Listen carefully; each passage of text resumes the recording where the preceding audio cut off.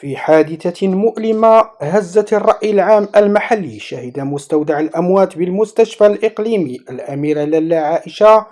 بمدينة تمارا كارثة إنسانية خطيرة تمثلت في تبديل جثماني شابين،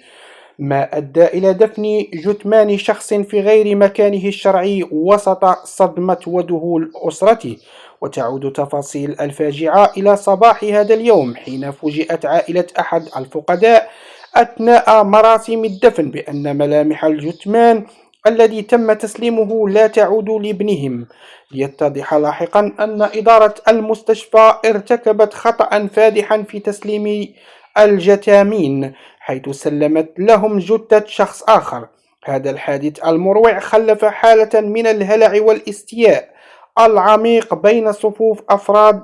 العائلة والمشيعين، الذين اعتبروا ما وقع استهتارا صارخا بحرمة الأموات ومشاعر ذويهم، مطالبين بمحاسبة كل من تورط في هذه الفضيحة. وقد تم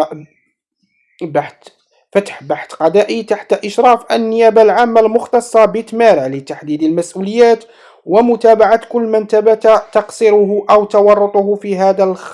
الخلل الإداري والإنساني الجسيم. وتعالت الأصوات المطالبة بإعادة النظر في ظروف اشتغال مستودعات الأموات وتعزيز الرقابة الصارمة داخل المؤسسات الصحية لمنع تكرار مثل هذه الكوارث التي تزرع الألم بدل أن تواسي المكلومين.